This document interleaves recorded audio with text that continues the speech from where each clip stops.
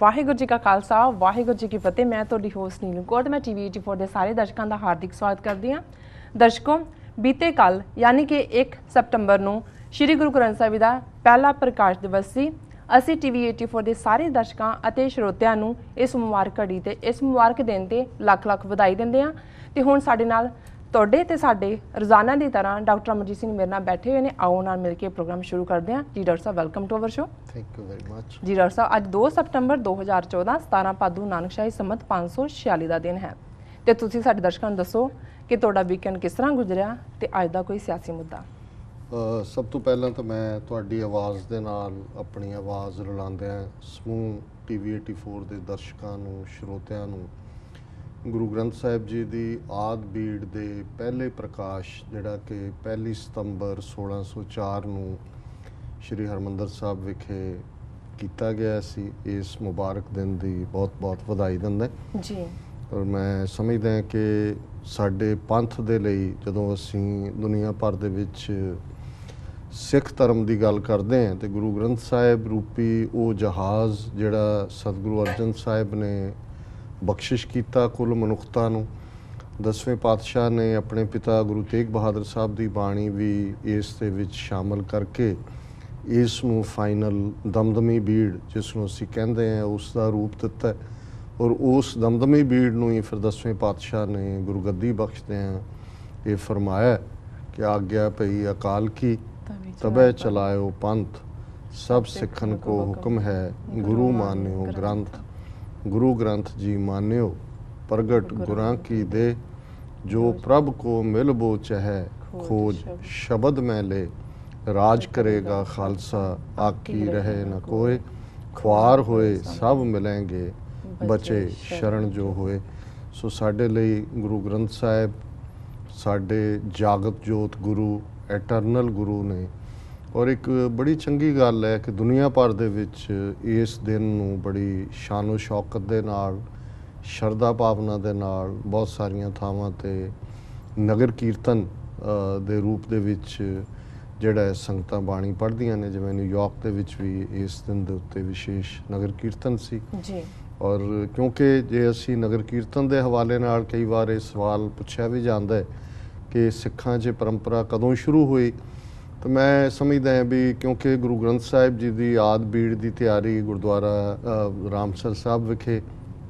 ਗੁਰੂ ਅਰਜਨ ਸਾਹਿਬ ਨੇ ਭਾਈ ਗੁਰਦਾਸ ਜੀ ਤੋਂ ਇਹ ਬੀੜ ਲਿਖਵਾਈ, ਉਹ ਪਹਿਲੇ ਸਕਰਾਈਬ ਨੇ ਜੀ। ਔਰ ਜਦੋਂ ਇਸ ਆਦ ਬੀੜ ਦੀ ਸੰਪੂਰਨਤਾ ਹੋਈ ਜਿਹੜਾ ਕਿ 31 ਅਗਸਤ 1604 ਨੂੰ ਸੀ, ਤੇ ਅਗਲੇ ਦਿਨ ਫਿਰ ਉਸ ਬੀੜ ਨੂੰ ਪੂਰੀ ਜਾਓ ਜਲਾਲ ਦੇ ਨਾਲ ਜਿਹੜਾ ਬਾਬਾ ਬੁੱਢਾ ਜੀ ਨੇ ਆਪਣੇ ਸੀਸ ਤੇ ਰੱਖਿਆ। ਗੁਰੂ ਅਰਜਨ ਸਾਹਿਬ ਜਿਹੜੇ ਨੇ ਉਹ ਚੌਰ ਕਰਦੇ ਉਸ ਦੇ ਪਿੱਛੇ, ਔਰ ਸੰਗਤਾਂ ਜਿਹੜੀਆਂ ਨੇ ਸ਼ਬਦ ਕੀਰਤਨ ਕਰਦੀਆਂ ਰਾਮਸਰ ਸਾਹਿਬ ਤੋਂ ਹਰਿਮੰਦਰ ਸਾਹਿਬ ਵਿਖੇ ਆਏ ਜੀ। ਔਰ ਉਸ ਥਾਂ 'ਤੇ ਪਹਿਲਾ ਪ੍ਰਕਾਸ਼ ਹੋਇਆ। ਪਹਿਲਾ ਹੁਕਮਨਾਮਾ ਵੀ ਜਿਹੜਾ ਹੈ ਉਹ ਸਾਡੇ ਇਤਿਹਾਸ ਸ਼ੰਕਤ ਹੈ ਕਿ ਸੰਤਾਂ ਕੇ ਕਾਰਜ ਆਪ ਖਲੋਆ, ਹਰ ਕੰਮ ਕਰਾਵਣ ਆਇਆ ਰਾਮ, ਤਰਤ ਸੁਹਾਵੀ ਤਾਲ ਸੁਹਾਵਾ, ਵਿੱਚ ਅੰਮ੍ਰਿਤ ਜਲ ਛਾਇਆ ਰਾਮ ਜੀ। ਹੁਣ ਇਹ ਸਾਡੇ ਲਈ ਗੁਰੂ ਦੀ ਬਖਸ਼ਿਸ਼, ਗੁਰੂ ਗ੍ਰੰਥ ਸਾਹਿਬ ਦੀ ਬੀੜ ਤੇ ਉਹ ਹਰਮੰਦਰ ਜਿਸ ਦੇ 4 ਦਰਵਾਜ਼ੇ, ਜਿਸ ਦੀ ਨੀਂਹ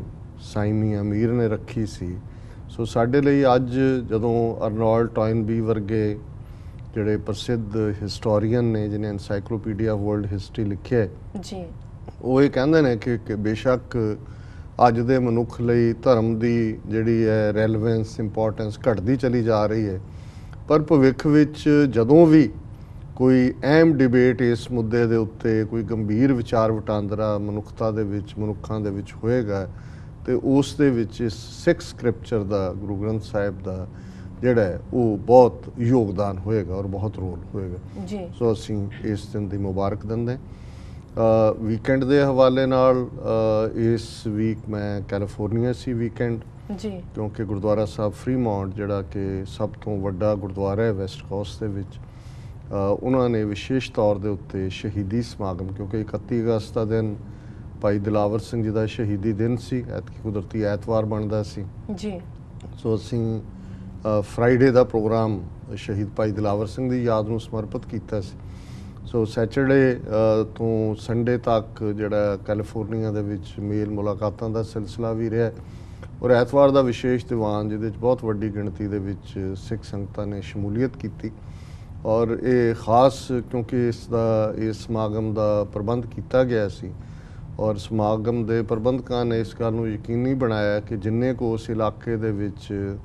ਸ਼ਹੀਦ ਪਰਿਵਾਰ ਜਿਨ੍ਹਾਂ ਦਾ ਸੰਘਰਸ਼ ਦੇ ਵਿੱਚ ਯੋਗਦਾਨ ਰਿਹਾ ਜੀ ਉਹਨਾਂ ਨੂੰ ਵਿਸ਼ੇਸ਼ ਤੌਰ ਤੇ ਇਨਵਾਈਟ ਕੀਤਾ ਸੀ ਉਹਨਾਂ ਨੂੰ ਆਨਰ ਵੀ ਕੀਤਾ ਗਿਆ ਜਿਨ੍ਹਾਂ ਦੇ ਵਿੱਚ ਜਿਨ੍ਹਾਂ ਨੂੰ ਸਨਮਾਨਿਤ ਕੀਤਾ ਗਿਆ ਉਹਦੇ 'ਚ ਮਨੁੱਖੀ ਹੱਕਾਂ ਦੇ ਜਿਹੜੇ ਨੇ ਉਹ ਅਲੰਬਰਦਾਰ ਉਸ ਦੇ ਝੰਡਾ ਬਰਦਾਰ ਸ਼ਹੀਦ ਭਾਈ ਜਸਵੰਤ ਸਿੰਘ ਖਾਲੜਾ ਉਹਨਾਂ ਦੀ ਸਪੁੱਤਰੀ ਬੀਬੀ ਨਵਕਿਰਨ ਕੌਰ ਜੀ ਇਸ ਤੋਂ ਇਲਾਵਾ ਸ਼ਹੀਦ ਭਗਤ ਸਿੰਘ ਦੀ ਭੈਣ ਕੁਲਵੰਤ ਕੌਰ ਦੇ ਜਵਾਈ ਦਾ ਭਰਾ ਕੁਲਜੀਤ ਸਿੰਘ ਟੱਟ ਜੀ ਜਿਹੜੇ ਅੰਬਾਲਾ ਜੱਟਾਂ ਦੇ ਸਰਪੰਚ ਸਨ ਜਿਨ੍ਹਾਂ ਨੂੰ ਚੁੱਕ ਕੇ ਟੌਰਚਰ ਕਰਕੇ ਮਾਰਿਆ ਗਿਆ ਪਰਿਵਾਰ ਨੇ ਜਿਹੜਾ ਲਗਭਗ 20-21 ਸਾਲ ਕੇਸ ਲੜਿਆ ਔਰ ਅਖੀਰ 2-2 4-4 ਸਾਲ ਦੀਆਂ ਸਜ਼ਾਵਾਂ ਤੋਂ ਬਾਅਦ ਉਹਨਾਂ ਨੂੰ ਆਲਮੋਸਟ ਜਿਹਨੂੰ ਕਹਿੰਦੇ ਨੇ ਕਿ ਵੀ with the tap on the wrist ਛੱਡ ਦਿੱਤਾ ਗਿਆ ਸੋ ਉਹਨਾਂ ਦੀ ਜਿਹੜੀ ਭੈਣ ਇੱਕ ਸੈਕਰਾਮੈਂਟੋ 'ਚ ਰਹਿੰਦੇ ਨੇ ਉਹਨਾਂ ਨੂੰ ਵੀ ਵਿਸ਼ੇਸ਼ ਤੌਰ ਤੇ ਸੱਦਿਆ ਗਿਆ ਔਰ ਮੈਂ ਆਪਣੇ ਸੰਬੋਧਨ ਦੇ ਵਿੱਚ ਵੀ ਇਹ ਕਿਹਾ ਕਿ ਵੀ ਜੇ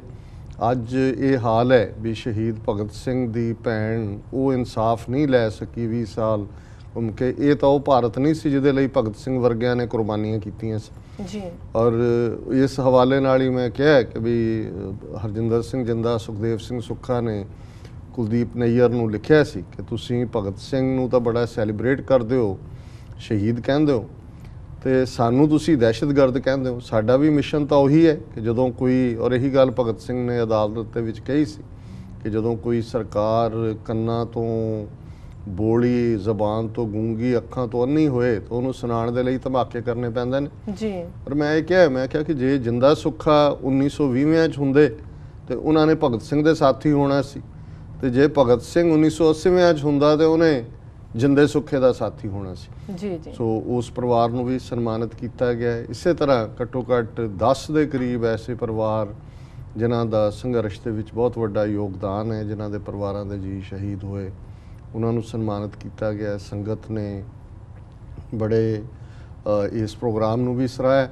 ਔਰ ਉਸ ਤੋਂ ਬਾਅਦ ਗੁਰਦੁਆਰਾ ਪ੍ਰਬੰਧਕਾਂ ਔਰ ਜਿਹੜੇ ਮੋਹਤਬਰ ਸੱਜਣ ਸੀ ਉਹਨਾਂ ਦੇ ਨਾਲ ਇੱਕ ਖੁੱਲ੍ਹੀ ਮੀਟਿੰਗ ਵੀ ਹੋਈ ਔਰ ਮੈਨੂੰ ਇਸ ਗੱਲ ਦੀ ਖੁਸ਼ੀ ਹੁੰਦੀ ਹੈ ਵੀ TV 84 ਦੇ ਸਾਡੇ ਦਰਸ਼ਕਾਂ ਦਾ ਦਾਇਰਾ ਕਾਫੀ ਵੱਧ ਰਿਹਾ ਹੈ ਜੀ ਜੀ ਔਰ ਉਹਦੇ 'ਚ ਬਹੁਤ ਸਾਰਿਆਂ ਨੇ ਬੜੇ ਕੰਪਲੀਮੈਂਟਰੀ ਕਮੈਂਟ ਕੀਤੇ ਚੰਗੇ ਕਮੈਂਟ ਕੀਤੇ ਔਰ ਉਹਨਾਂ ਦੀ ਚਾਹਨਾ ਹੈ ਵੀ ਇਸ ਨੂੰ ਤੇਜ਼ੀ ਨਾਲ ਡਿਸ਼ ਔਰ ਦੂਸਰੇ ਗੈਜਟਸ ਦੇ ਉੱਤੇ ਲਿਆਂਦਾ ਜਾਏ ਮੈਂ ਵੀ ਉਹਨਾਂ ਨੂੰ ਬਰੀਫ ਕੀਤਾ ਕਿ ਵੀ ਸਾਡੇ ਯਤਨ ਚੱਲ ਰਹੇ ਨੇ ਔਰ ਅਸੀਂ ਆਸ ਕਰਦੇ ਹਾਂ ਕਿ ਅਗਲੇ ਕੁਝ ਹਫ਼ਤਿਆਂ ਦੇ ਵਿੱਚ ਅਸੀਂ ਆਊਟਰੀਚ ਕਰ ਸਕਾਂਗੇ ਉਹਨਾਂ ਗੈਜਟਸ ਤੇ ਜੀ ਹੁਣ ਗੱਲ ਮੈਂ ਮੁੱਦੇ ਵੱਲ ਆਉਂਦਾ ਸਪੈਸ਼ਲ ਤੌਰ ਦੇ ਉੱਤੇ ਮੈਂ ਜਿਸ ਦਿਨ ਫਲਾਈ ਕਰਨਾ ਸੀ ਆਸਟ੍ਰੇਲੀਆ ਤੋਂ ਕੌਮੀ ਆਵਾਜ਼ ਪ੍ਰੋਗਰਾਮ ਜਿਹੜਾ ਕਿ ਉੱਥੇ ਬੜਾ ਪਪੂਲਰ ਹੈ ਔਰ ਜਿਹੜੀਆਂ ਸਾਡੀਆਂ ਬਹੁਤ ਸਾਰੀਆਂ ਈਮੇਲਸ ਆਸਟ੍ਰੇਲੀਆ ਤੋਂ ਓਰੀਜੀਨੇਟ ਹੁੰਦੀਆਂ ਨੇ ਉਹਦਾ ਵੱਡਾ ਕ੍ਰੈਡਿਟ ਕੌਮੀ ਆਵਾਜ਼ ਨੂੰ ਜਾਂਦਾ ਹੈ ਜੀ ਕਿਉਂਕਿ ਉਹਦੇ ਤੇ ਸਾਡਾ ਪ੍ਰੋਗਰਾਮ ਇਹ ਲਾਈਵ ਚੱਲਦਾ ਹੈ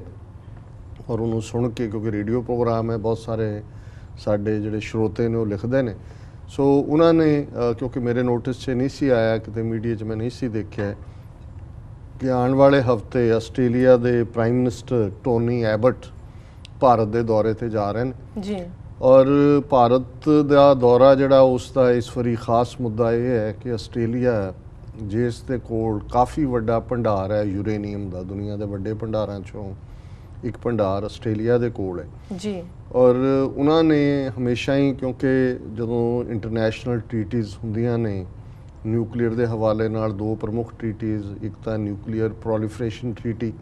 ਕਿ ਨਿਊਕਲੀਅਰ ਕੋਈ ਇੱਕ ਦੂਜੇ ਨੂੰ ਨਾ ਦੇ ਤੇ ਦੂਸਰੀ ਇੱਕ ਟ੍ਰੀਟੀ ਅੰਤਰਰਾਸ਼ਟਰੀ ਜਿਹਨੂੰ CTBT ਕਹਿੰਦੇ ਨੇ ਕੰਪ੍ਰੈਹੈਂਸਿਵ ਨਿਊਕਲੀਅਰ ਟੈਸਟ ਬੈਨ ਟ੍ਰੀਟੀ ਜੀ ਕਿ ਜਿਨ੍ਹਾਂ ਨੂੰ ਵੀ ਇਹ ਸਹੂਲਤ ਦੇਣੀ ਹੈ ਉਹ ਅੱਗੋਂ ਤੋਂ ਸਾਈਨ ਕਰਨ ਕਿ ਉਹ ਕੋਈ ਫਿਊਚਰ 'ਚ ਨਿਊਕਲੀਅਰ ਟੈਸਟ ਨਹੀਂ ਕਰਨਗੇ ਔਰ ਭਾਰਤ ਨੇ ਦੋਨੋਂ ਹੀ ਜਿਹੜੀਆਂ ਟ੍ਰੀਟੀਜ਼ ਨੇ ਨਾ ਉਹਨਾਂ ਨੇ ਨਿਊਕਲੀਅਰ ਪ੍ਰੋਲੀਫਰੇਸ਼ਨ ਟ੍ਰੀਟੀ ਦੇ ਉੱਤੇ ਦਸਤਖਤ ਕੀਤੇ ਹੋਏ ਨੇ ਨਾ ਹੀ ਉਹਨਾਂ ਨੇ CTBT ਦੇ ਉੱਤੇ ਦਸਤਖਤ ਕੀਤੇ ਹੋਏ ਨੇ ਜੀ ਸੋ ਇਸ ਗੱਲ ਨੂੰ ਮੱਦੇਨਜ਼ਰ ਰੱਖਦੇ ਹਾਂ ਆਸਟ੍ਰੇਲੀਆ ਨੇ ਯੂਰੇਨੀਅਮ ਦੀ ਸਪਲਾਈ ਜਦੋਂ ਭਾਰਤ ਨੇ 1998 ਦੇ ਵਿੱਚ ਨਿਊਕਲੀਅਰ ਟੈਸਟ ਕੀਤਾ ਦੁਬਾਰਾ 1974 ਤੋਂ ਬਾਅਦ, ਤਾਂ ਉਹਨਾਂ ਨੇ ਕੈਂਸਲ ਕਰ ਦਿੱਤਾ ਸੀ। ਯੂਰੇਨੀਅਮ ਉਹ ਭਾਰਤ ਨੂੰ ਨਹੀਂ ਵੇਚਦਾ ਜੀ। ਭਾਰਤ ਡੈਸਪਰੇਟ ਹੈ ਕੈਨੇਡਾ ਤੋਂ ਆਸਟ੍ਰੇਲੀਆ ਤੋਂ ਯੂਰੇਨੀਅਮ ਲੈਣ ਦੇ ਲਈ। ਹੁਣ ਇਸ ਦੇ ਲਈ ਜਦੋਂ ਲੇਬਰ ਗਵਰਨਮੈਂਟ ਸੀ 2011 ਦੇ ਵਿੱਚ, ਉਦੋਂ ਲੇਬਰ ਗਵਰਨਮੈਂਟ ਨੇ ਥੋੜ੍ਹਾ ਜਿਹਾ ਲੀਨੀਐਂਸੀ ਦਿਖਾਈ। ਉਹਨਾਂ ਨੇ ਕਿਹਾ ਜੀ ਠੀਕ ਹੈ ਅਸੀਂ ਭਾਰਤ ਦੇ, ਕਿਉਂਕਿ ਉਦੋਂ ਇੰਡੋ US ਨਿਊਕਲੀਅਰ ਡੀਲ ਹੋ ਚੁੱਕੀ ਸੀ। ਸੋ ਆਸਟ੍ਰੇਲੀਆ ਮੋਸਟਲੀ ਇੰਗਲੈਂਡ ਨੂੰ ਫੋਲੋ ਕਰਦਾ ਹੈ, ਇੰਗਲੈਂਡ ਮੋਸਟਲੀ ਅਮਰੀਕਾ ਨੂੰ ਫੋਲੋ ਕਰਦਾ ਹੈ। ਸੋ ਉਹਨਾਂ ਨੇ ਕਿਹਾ ਜੀ ਜੇ ਅਮਰੀਕਾ ਨੇ ਆਫ ਦਾ ਹੁੱਕ ਕਰ ਦਿੱਤਾ ਇੰਡੀਆ ਨੂੰ, ਤੇ ਅਸੀਂ ਵੀ ਕਰ ਦਿੰਨੇ ਜੀ। ਲੇਕਿਨ ਕਿਉਂਕਿ ਆਸਟ੍ਰੇਲੀਆ ਦੇ ਵਿੱਚ ਵੀ ਵਿਦਨ ਲੇਬਰ ਪਾਰਟੀ ਵੀ ਸਟਰੋਂਗ ਲੌਬੀ ਹੈ, ਜਿਵੇਂ ਇੱਥੇ ਡੈਮੋਕ੍ਰੈਟਿਕ ਪਾਰਟੀ 'ਚ ਵੀ ਹੈ, ਜਿਹੜੀ ਦੁਨੀਆ 'ਚ ਨਿਊਕਲੀਅਰ ਹਥਿਆਰਾਂ ਦਾ ਪਸਾਰ ਨਹੀਂ ਚਾਹੁੰਦੀ। ਔਰ ਭਾਰਤ ਬਾਰੇ ਇਹ ਨੋਨ ਹੈ ਕਿ ਜਦੋਂ ਉਹਨੇ 1974 ਦੇ ਵਿੱਚ ਟੈਸਟ ਕੀਤਾ ਐਟਮ, ਉਦੋਂ ਵੀ ਉਹਨੇ ਉਹ ਪਲਾਂਟ ਜਿਹਦੇ ਲਈ ਕੈਨੇਡਾ, ਅਮਰੀਕਾ ਜਾਂ ਈਵਨ ਆਸਟ੍ਰੇਲੀਆ ਉਹਨਾਂ ਨੇ ਯੂਰੇਨੀਅਮ ਦਿੱਤਾ ਹੋਇਆ ਸੀ, ਔਰ ਉਹਨਾਂ ਨੂੰ ਪੀਸਫੁਲ ਪਰਪਸਿਸ ਲਈ ਦਿੱਤਾ ਸੀ ਕਿ ਐਨਰਜੀ ਸੈਕਟਰ ਦੇ ਵਿੱਚ ਜੀ। ਪਰ ਉਹਨਾਂ ਨੇ ਮਿਸਯੂਜ਼ ਕਰਕੇ ਉਸ ਦਾ ਜਿਹੜਾ ਐਟਮ ਧਮਾਕਾ ਕੀਤਾ। ਸੋ ਉਹ ਕੈਨਬਰਾ ਜਿਹੜੀ ਕਿ ਕੈਪੀਟਲ ਹੈ, ਉਹ ਯਕੀਨੀ ਬਣਾਉਣਾ ਚਾਹੁੰਦੀ ਸੀ ਲੇਬਰ ਗਵਰਨਮੈਂਟ ਉਸ period the, due to internal pressure, ਕਿ ਫਿਊਚਰ ਦੇ ਵਿੱਚ ਇਹ ਐਗਰੀਮੈਂਟ ਹੋਏ। ਔਰ ਐਗਜ਼ੈਕਟ ਦੀ ਕੋਟ ਜਿਹੜੀ ਮੇਰੇ ਸਾਹਮਣੇ ਆਈ ਹੈ ਕਿ any exports would have to be accompanied by guarantee that uranium would only be used for power facilities and not military purposes। ਕਿ ਵੀ ਅਸੀਂ ਯੂਰੇਨੀਅਮ ਦੇ ਦਿੰਨੇ, ਲੇਬਰ ਪਾਰਟੀ ਲੀਨੀਅੰਟ ਸੀ ਇਸ ਮਾਮਲੇ ਤੇ, ਪਰ ਉਹਦੇ ਨਾਲ ਇਹ ਗਾਰੰਟੀ ਕਰਨੀ ਹੋਏਗੀ ਕਿ ਇਸ ਨੂੰ ਸਿਰਫ ਪੀਸਫੁਲ ਪਰਪਸਿਸ ਦੇ ਲਈ ਇਸਤੇਮਾਲ ਕੀਤਾ ਜਾਏਗਾ। ਇਸ ਯੂਰੇਨੀਅਮ ਚੋਂ ਤੁਸੀਂ ਫਰਦਰ ਜਿਹੜਾ ਉਹ ਵੈਪਨ ਬਣਾਉਣ ਦੇ ਲਈ ਨੂੰ ਇਸਤੇਮਾਲ ਨਹੀਂ ਕਰੋਗੇ। ਇੰਡੀਆ ਨੇ ਕੋਈ ਬੜੀ ਕਲੀਅਰ ਗਾਰੰਟੀ ਨਹੀਂ ਦਿੱਤੀ। ਨਤੀਜੇ ਦੇ ਤੌਰ ਤੇ ਇਹ ਗੱਲ ਜਿਹੜੀ ਹੈ ਅੱਗੇ ਤੁਰੀ ਨਹੀਂ ਜੀ। ਹੁਣ ਲਗਭਗ 1 ਸਾਲ ਪਹਿਲਾਂ ਚੇਂਜ ਆਫ ਗਾਰਡ ਹੋਈ ਹੈ, ਨਵਾਂ ਪ੍ਰਾਈਮ ਮਿਨਿਸਟਰ ਆਸਟ੍ਰੇਲੀਆ ਦਾ ਟੋਨੀ ਐਬਟ ਬਣਿਆ, ਔਰ ਜਿਹੜਾ ਮੀਡੀਆ ਰਿਪੋਰਟਸ ਦੱਸ ਰਹੀਆਂ ਨੇ ਵੀ ਇਸ ਵਾਰ ਉਹਨਾਂ ਦੀ ਜਿਹੜੀ ਵਿਜ਼ਿਟ ਹੈ ਉਸ ਦੇ ਦੌਰਾਨ ਇਹ ਕੋਈ ਨਾ ਕੋਈ ਡੀਲ ਸਾਈਨ ਕਰਨਗੇ। ਹੁਣ ਉਹਦੇ 'ਚ ਵੈਦਰ ਆਸਟ੍ਰੇਲੀਆ ਜ਼ਿਆਦਾ ਝੁਕ ਗਿਆ ਹੈ ਜਾਂ ਕੀ ਹੈ, ਕਿਉਂਕਿ ਇੱਕ ਬਹੁਤ ਚੰਗੀ ਗੱਲ ਹੈ ਔਰ ਮੈਂ ਸਮਝਦਾ ਹਾਂ ਵੀ ਇਸ ਦੇ ਲਈ ਆਉਣ ਵਾਲੇ ਹਫਤੇ ਤੋਂ ਪਹਿਲਾਂ ਹੀ, ਜਦੋਂ ਹੁਣ ਅਸੀਂ ਗੱਲਬਾਤ ਕਰ ਰਹੇ ਹਾਂ ਇਸ ਮੁੱਦੇ ਤੇ, ਸਾਨੂੰ ਲੌਬੀ ਕਰਨੀ ਚਾਹੀਦੀ ਹੈ। ਆਸਟ੍ਰੇਲੀਆ ਦੀਆਂ ਸਿੱਖ ਸੰਸਥਾਵਾਂ, ਕੌਮੀ ਆਵਾਜ਼ ਰੇਡੀਓ ਇਸ ਦੇ ਉੱਤੇ ਗੱਲਬਾਤ ਕਰ ਰਹੇ ਨੇ ਜੀ ਕਿ ਹੁਣ 5 ਰੋਜ਼ਾ ਦੌਰੇ ਦੇ ਉੱਤੇ ਨਰਿੰਦਰ ਮੋਦੀ ਜਾਪਾਨ ਆਇਆ ਹੋਇਆ ਸੀ ਜੀ। ਔਰ ਜਿਹੜੇ ਜਾਪਾਨ ਦੌਰੇ ਦਾ ਮੁੱਖ ਮਕਸਦ ਸੀ, ਬਾਕੀ ਤਾਂ ਕੋਆਪਰੇਸ਼ਨ ਔਰ ਚੀਨ ਦੇ ਖਿਲਾਫ ਮੁਹਾਜ਼ ਫਰੰਟ ਜਿਹੜਾ ਅਮਰੀਕਾ ਦਾ ਏਜੰਡਾ ਹੈ, ਕਿਉਂਕਿ ਉਹਦੇ 'ਚ ਅਮਰੀਕਾ ਜਿਹੜਾ ਹੈ ਇਸ ਨੂੰ, ਜਾਪਾਨ ਨੂੰ, ਭਾਰਤ ਨੂੰ, ਵੀਅਤਨਾਮ ਨੂੰ ਚੀਨ ਦੇ ਖਿਲਾਫ ਸਾਊਥ ਚਾਈਨਾ ਸੀ ਦੇ ਹਵਾਲੇ ਨਾਲ ਕਰ ਰਿਹਾ। ਲੇਕਿਨ ਇੱਕ ਬੇਸਿਕ ਪਰਪਸ ਇਸ ਦੇ ਨਾਲ ਜਿਹੜਾ ਉਹਨਾਂ ਦਾ ਸੀ ਕਿ ਐਗਰੀਮੈਂਟ ਤੇ ਸਾਈਨ ਕਰਨਗੇ, ਉਹ ਨਿਊਕਲੀਅਰ ਹਵਾਲੇ ਨਾਲ ਸੀ ਜਾਪਾਨ ਦਾ ਜੀ। ਪਰ ਕਿਉਂਕਿ ਜਾਪਾਨ ਇੱਕ ਐਸੀ ਕੰਟਰੀ ਹੈ, ਬੇਸ਼ੱਕ ਨਿਊਕਲੀਅਰ ਹਥਿਆਰ ਤਾਂ ਐਟਮ ਬੰਬ ਅਮਰੀਕਾ ਨੇ ਸਭ ਤੋਂ ਪਹਿਲਾਂ ਬਣਾਇਆ, ਪਰ ਅੱਜ ਤੱਕ ਜੇ ਨਿਊਕਲੀਅਰ ਹਥਿਆਰ ਇਸਤੇਮਾਲ ਹੋਇਆ ਤੇ ਜਾਪਾਨ ਦੇ ਖਿਲਾਫ ਹੋਇਆ। ਦੂਸਰੇ ਸੰਸਾਰ ਯੁੱਧ ਦੇ ਵੇਲੇ ਹੀਰੋਸ਼ੀਮਾ, ਨਾਗਾਸਾਕੀ, 2 ਦੇਸ਼ਾਂ ਦੇ ਉੱਤੇ ਅਮਰੀਕਾ ਨੇ ਬੰਬ ਸੁੱਟੇ ਔਰ ਤਬਾਹ ਕਰਕੇ ਰੱਖ ਦਿੱਤਾ ਉਹਨਾਂ ਸ਼ਹਿਰਾਂ ਨੂੰ ਜੀ। ਸੋ ਇੰਡੀਆ ਜੋ ਕੁਝ ਜਾਪਾਨ ਤੋਂ ਚਾਹੁੰਦਾ ਸੀ ਉਹ ਸਮਝੌਤਾ ਨਹੀਂ ਹੋਇਆ। ਹਾਲਾਂਕਿ ਇਹ ਵੱਖਰੀ ਗੱਲ ਹੈ ਵੀ ਇਹ ਮੰਗਤੇ ਉਹ ਤਾਂ ਗੀਤਾ ਦੇ ਕੇ ਆਇਆ ਜਾਪਾਨ ਦੇ ਬਾਦਸ਼ਾਹ ਨੂੰ, ਔਰ ਬੜਾ ਕਹਿ ਰਿਹਾ ਜੀ ਇਹਦੇ 'ਚ ਕਰਮ ਯੋਗ ਹੈ। ਤੇ ਮੈਂ ਆਪਣੀ ਇਸ ਹਫ਼ਤੇ ਦੀ ਲਿਖਤ 'ਚ ਲਿਖਿਆ ਹੈ, ਮੈਂ ਕਿਹਾ ਵੀ $35 ਬਿਲੀਅਨ ਦੀ ਭਿੱਖਿਆ ਉਹਨਾਂ ਨੇ ਤੁਹਾਡੇ ਕਟੋਰੇ 'ਚ ਪਾਈ ਹੈ। ਉਹਨਾਂ ਨੇ ਕਿਹਾ ਕਿ ਜੀ ਅਸੀਂ ਜਿਹੜਾ ਇਨਫਰਾਸਟ੍ਰਕਚਰ ਦੇ ਲਈ ਔਰ ਸਪੈਸ਼ਲ ਸਿਟੀਜ਼ ਉਹਨੂੰ ਕਹਿੰਦੇ ਨੇ ਕਿ ਜੀ ਜਿਵੇਂ ਕਿਓਟੋ ਹੈ ਉਹਦੇ ਨਾਲ ਬਨਾਰਸ ਨੂੰ ਬਣਾਵਾਂਗੇ। $35 ਬਿਲੀਅਨ ਦੀ ਭਿੱਖਿਆ ਤਾਂ ਉਹਨਾਂ ਨੇ ਇਹਨਾਂ ਦੇ ਠੂਠੇ 'ਚ ਪਾ ਦਿੱਤੀ ਜੀ। ਲੇਕਿਨ ਜਾਪਾਨ ਨੇ ਕੋਈ ਨਿਊਕਲੀਅਰ ਡੀਲ ਦੇ ਉੱਤੇ ਇਹਨਾਂ ਦੇ ਨਾਲ ਉਸ ਮੁੱਦੇ ਤੇ ਉਹਨਾਂ ਨੇ ਕੋਈ ਰਿਆਇਤ ਨਹੀਂ ਦਿੱਤੀ ਔਰ ਉਹ ਸਮਝੌਤਾ ਨਹੀਂ ਹੋ ਸਕਿਆ। ਸੋ ਉਸ ਫੇਲਿਅਰ ਨੂੰ ਕਵਰ ਕਰਨ ਲਈ ਇਹਨਾਂ ਨੇ ਕਿਹਾ ਕਿ ਜੀ ਉਹਨਾਂ ਨੇ ਸੈਕਟਰੀਜ਼ ਨੂੰ ਕਿਹਾ ਗੱਲਬਾਤ ਫਾਸਟ ਕਰੋ, ਅੱਗੇ ਤੋਰੋ, ਪਰ ਇਹ ਗੱਲ ਕਲੀਅਰ ਹੈ ਕਿ ਜਾਪਾਨ ਨੇ ਕੋਈ ਕੰਸੈਸ਼ਨ ਨਹੀਂ ਦਿੱਤਾ ਜੀ। ਸੋ ਅਸੀਂ ਆਸ ਕਰਦੇ ਹਾਂ ਕਿ ਜਿਵੇਂ ਕਹਿੰਦੇ ਨੇ ਕਿ ਉਸ ਕਿਤਾਬ ਚੋਂ ਹੀ ਇੱਕ ਪੰਨਾ ਅੱਗੇ ਜਿਹੜਾ ਪੜ੍ਹਦੇ ਹਾਂ, Australian government, Australian prime minister ਵੀ ਅਸੀਂ ਸਮਝਦੇ ਹਾਂ ਵੀ ਜਿਹੜੀ ਗੱਲ 2011 ਦੇ ਵਿੱਚ ਐਕਸਪਲਿਸਿਟਲੀ ਉਸ ਐਗਰੀਮੈਂਟ ਦਾ ਹਿੱਸਾ ਬਣਾਉਣ ਦੇ ਲਈ ਕਹੀ ਸੀ ਲੇਬਰ ਗਵਰਨਮੈਂਟ ਨੇ ਜੀ ਕਿ ਕੋਈ ਵੀ ਜਿਹੜੀ ਯੂਰੇਨੀਅਮ ਦੀ ਸਪਲਾਈ ਹੈ ਉਹ ਲਿੰਕ ਹੋਣੀ ਚਾਹੀਦੀ ਹੈ ਕਿ ਮਿਲਟਰੀ ਯੂਜ਼ ਨਹੀਂ ਹੋਏ। ਔਰ ਜੇ ਜਾਪਾਨ ਨੇ ਉਹਨਾਂ ਨੂੰ ਬੇਰੰਗ ਮੋੜ ਦਿੱਤਾ ਹੈ, ਸੋ ਆਸਟ੍ਰੇਲੀਆ ਜਿਹੜਾ ਹੈ ਇਸ ਸਟੈਂਡ ਦੇ ਉੱਤੇ ਦ੍ਰਿੜਤਾ ਦੇ ਨਾਲ ਖਲੋਏ, ਜੀ ਇਹ ਬੜਾ ਇੰਪੋਰਟੈਂਟ ਹੈ। ਔਰ ਅਸੀਂ ਸਿੱਖ ਪਰਸਪੈਕਟਿਵ ਤੋਂ ਇਹ ਨਹੀਂ ਵੀ ਅਸੀਂ just out of the blue ਗੱਲ ਕਰ ਰਹੇ ਹਾਂ। ਸਾਡੇ ਲਈ ਭਾਰਤ ਦਾ ਨਿਊਕਲੀਅਰ ਹਥਿਆਰਾਂ ਦਾ ਪਸਾਰ, ਔਰ ਜੇ ਆਸਟ੍ਰੇਲੀਆ ਵੱਲੋਂ ਦਿੱਤਾ ਗਿਆ ਯੂਰੇਨੀਅਮ ਉੱਥੇ ਮਿਲਟਰੀ ਨਿਊਕਲੀਅਰ ਵੈਪਨਸ ਲਈ ਭਾਰਤ ਇਸਤੇਮਾਲ ਕਰਦਾ ਹੈ, ਜਿਵੇਂ ਪਹਿਲਾਂ ਉਹਨੇ ਪੀਸਫੁਲ ਪਰਪਸਿਸ ਦੇ ਨਾਂ ਥੱਲੇ ਯੂਰੇਨੀਅਮ ਦਾ ਮਿਸਯੂਜ਼ ਕੀਤਾ ਹੈ। ਜੀ ਭਾਰਤ ਪਾਕਿਸਤਾਨ ਦੇ ਵਿੱਚ ਕਿਸ ਕਦਰ ਕਸ਼ੀਦਗੀ ਹੈ, ਪਿਛਲੇ ਹਫਤੇ ਦੇ ਵਿੱਚ ਕਿੰਨੇ 40 ਪੋਸਟਾਂ ਦੇ ਉੱਤੇ ਦੋਨੋਂ ਪਾਸਿਓਂ ਗੋਲਾਬਾਰੀ ਹੋਈ ਹੈ। ਔਰ ਜਿਸ ਕਿਸਮ ਦਾ ਹਿੰਦੂਤਵਾ ਵਾਲਿਆਂ ਦਾ ਦਿਮਾਗ ਖਰਾਬ ਹੋਇਆ ਹੈ, ਕੋਈ ਵੀ ਭਾਰਤ ਪਾਕਿਸਤਾਨ ਜਿਹੜਾ ਟਕਰਾਅ ਹੈ ਭਵਿੱਖ ਦਾ, ਉਹ ਐਂਡ ਹੋਏਗਾ ਨਿਊਕਲੀਅਰ ਹਥਿਆਰਾਂ 'ਚ। ਔਰ ਸਾਡਾ ਉਹ ਹੋਮਲੈਂਡ ਹੈ, ਕੋਈ ਵੀ ਅਸੀਂ ਸੈਂਡਵਿਚ ਹੈ ਇਹਨਾਂ ਦੋਨਾਂ ਮੁਲਕਾਂ ਦੇ ਵਿਚਾਲੇ। ਇਸ ਲਈ ਕਿਸੇ ਹੋਰ ਦਾ ਇੰਟਰਸਟ ਹੋਏ ਨਾ ਹੋਏ, ਇਹ ਬਹੁ ਗਿਣਤੀ ਹਿੰਦੂਆਂ ਦਾ ਕੀ ਕਹਿਣਾ ਜਦੋਂ ਨਿਊਕਲੀਅਰ ਧਮਾਕਾ 1998 'ਚ ਕੀਤਾ ਜੀ ਤੇ ਭਾਰਤ ਦੀਆਂ ਗਲੀਆਂ ਸੜਕਾਂ ਦੇ ਉੱਤੇ ਡਾਂਸ ਹੋ ਰਿਹਾ ਸੀ, ਔਰ ਬਾਹਰਲੇ ਜਿਹੜੇ ਲੋਕ ਨੇ, ਪੱਤਰਕਾਰ ਨੇ, ਉਹ ਹੈਰਾਨ ਸੀ, ਕਹਿੰਦੇ ਡਾਂਸਿੰਗ ਫਾਰ ਡਿਸਟਰਕਸ਼ਨ, ਕਿ ਵੀ ਤੁਹਾਡੀ ਤਬਾਹੀ ਹੋਣੀ ਹੈ, ਨਿਊਕਲੀਅਰ ਤੁਸੀਂ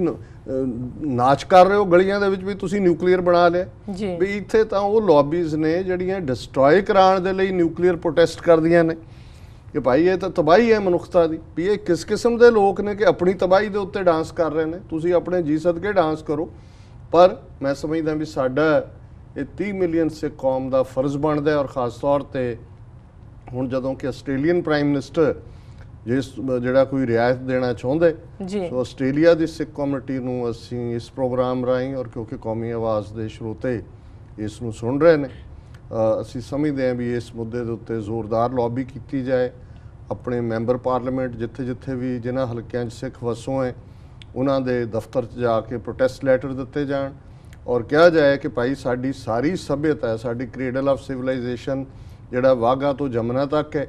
ਔਰ ਸਾਡਾ ਇੰਟਰਸਟ ਹੈ। ਅਸੀਂ ਨਹੀਂ ਚਾਹੁੰਦੇ ਵੀ ਤੁਹਾਡੇ ਦਿੱਤੇ ਯੂਰੇਨੀਅਮ ਨਾਲ ਕੱਲ੍ਹ ਨੂੰ ਸਾਡੇ ਉੱਥੇ ਕਜ਼ਨ, ਸਾਡੇ ਮਾਪਿਓ, ਸਾਡੇ ਦਾਦਾ ਦਾਦੀ, ਨਾਨਾ ਨਾਨੀ ਮਾਰੇ ਜਾਣ, ਸਾਡੇ ਇਤਿਹਾਸਕ ਗੁਰਧਾਮ ਤਬਾਹ ਹੋਣ, ਔਰ ਸਾਡੀ ਧਰਤੀ ਜਿਹੜੀ ਹੈ ਉਹ ਇੱਕ ਇਸ ਕਿਸਮ ਦੀ ਧਰਤੀ ਬਣ ਜਾਏ ਜਿੱਥੇ ਸਦੀਆਂ ਤੱਕ ਕੁਝ ਉੱਗ ਨਾ ਸਕੇ।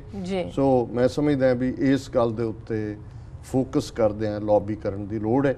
ਔਰ ਅਸੀਂ ਇਸ ਮੁੱਦੇ ਦੇ ਉੱਤੇ ਆਉਣ ਵਾਲੇ ਦਿਨਾਂ 'ਚ ਵੀ ਨਜ਼ਰ ਰੱਖਾਂਗੇ ਵੀ ਕੀ ਤਬਦੀਲੀ ਹੈ। ਪਰ ਹਾਲ ਦੀ ਘੜੀ ਜਿੰਨੀ ਜਾਣਕਾਰੀ ਸਾਡੇ ਕੋਲ ਹੈ, ਇਸ ਤੇ ਬੇਸਡ ਅਸੀਂ ਸਮਝਦੇ ਹਾਂ ਕਿ ਇਸ ਇਸ਼ੂ ਨੂੰ ਹਾਈਲਾਈਟ ਕਰਨਾ ਸਾਡੇ ਆਪਣੇ ਲਈ ਔਰ ਸਾਡੀਆਂ ਭਵਿੱਖ ਦੀਆਂ ਪੀੜ੍ਹੀਆਂ ਲਈ ਉਸ ਧਰਤੀ ਦੇ ਉੱਤੇ ਇੱਕ ਬਹੁਤ ਜ਼ਰੂਰੀ ਗੱਲ ਹੈ। ਇਸ ਸਭ ਦੀ ਜਾਣਕਾਰੀ ਦੇਣ ਲਈ ਤੁਹਾਡਾ ਬਹੁਤ ਬਹੁਤ ਧੰਨਵਾਦ। ਇਸ ਦੇ ਨਾਲ ਨੇ ਬ੍ਰੇਕ। ਵੀਅਰਸ, ਤੁਸੀਂ ਕਿਤੇ ਨਹੀਂ ਜਾਣਾ, ਮਿਲਦੇ ਹਾਂ ਛੋਟੇ ਵਕਫੇ ਤੋਂ ਬਾਅਦ।